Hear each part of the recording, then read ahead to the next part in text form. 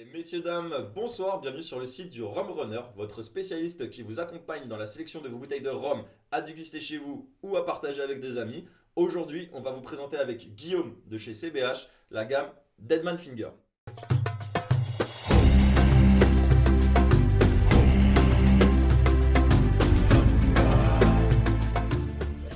Donc on t'écoute, dis-nous tout.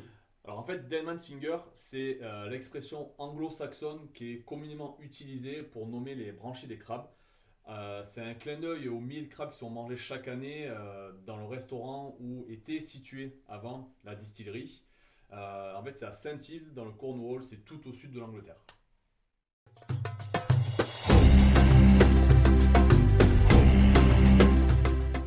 Alors ce rhum, il est assemblé, il est créé d'une manière un peu particulière car les rhums proviennent donc de Trinidad et de Barbade. C'est des îles dans les Caraïbes.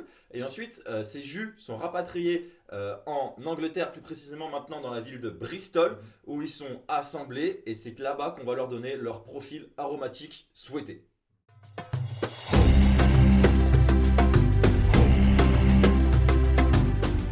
Deadman Finger, donc c'est des rhums qui ont des profils aromatiques totalement différents. On va être sur des rhums qui ne sont pas arrangés mais qui sont distillés et on va dire aromatisés d'une manière naturelle. Donc on va avoir pour le blanc de la coco, 100% coco naturel. Pour celui-ci on va avoir de l'ananas qui est fait à partir de l'ananas Victoria, donc 100% naturel également. Le spice, on va être sur un bouquet d'épices vraiment particulier. On va avoir de la vanille, de la cannelle, de la noix de muscade, un petit peu de cardamome, clou de girofle.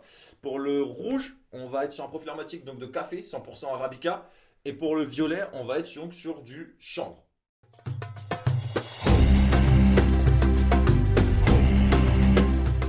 Aujourd'hui, moi ce que je vous conseille pour ces rhums-là, il y a deux façons de les déguster. On peut les utiliser très bien en cocktail. Ok, on peut en faire par exemple mixer ces deux-là, coco, ananas pour faire des pina colada avec. On peut mixer les trois autres pour faire des cocktails création. Le spice passe très bien en mojito. Et après, si vous le souhaitez, c'est des rhums donc, qui sont vieillis 2 ans quand même, il faut le savoir. Ils sont vieillis 2 ans minimum et ils titrent à peu près aux alentours de 40 degrés. Et on va quand même sur des rhums qu'on peut consommer d'une manière dans un verre classique.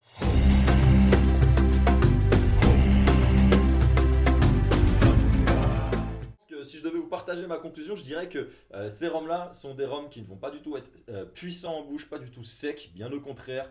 Si vous recherchez des rhums doux, on va dire moelleux, avec une certaine rondeur, avec une palette aussi aromatique pouvant aller donc du côté fruité jusqu'au chanvre, avec aussi des épices, mais en restant dans cette tonalité de gourmandise, toujours, je pense que la gamme Deadman Finger est faite pour vous.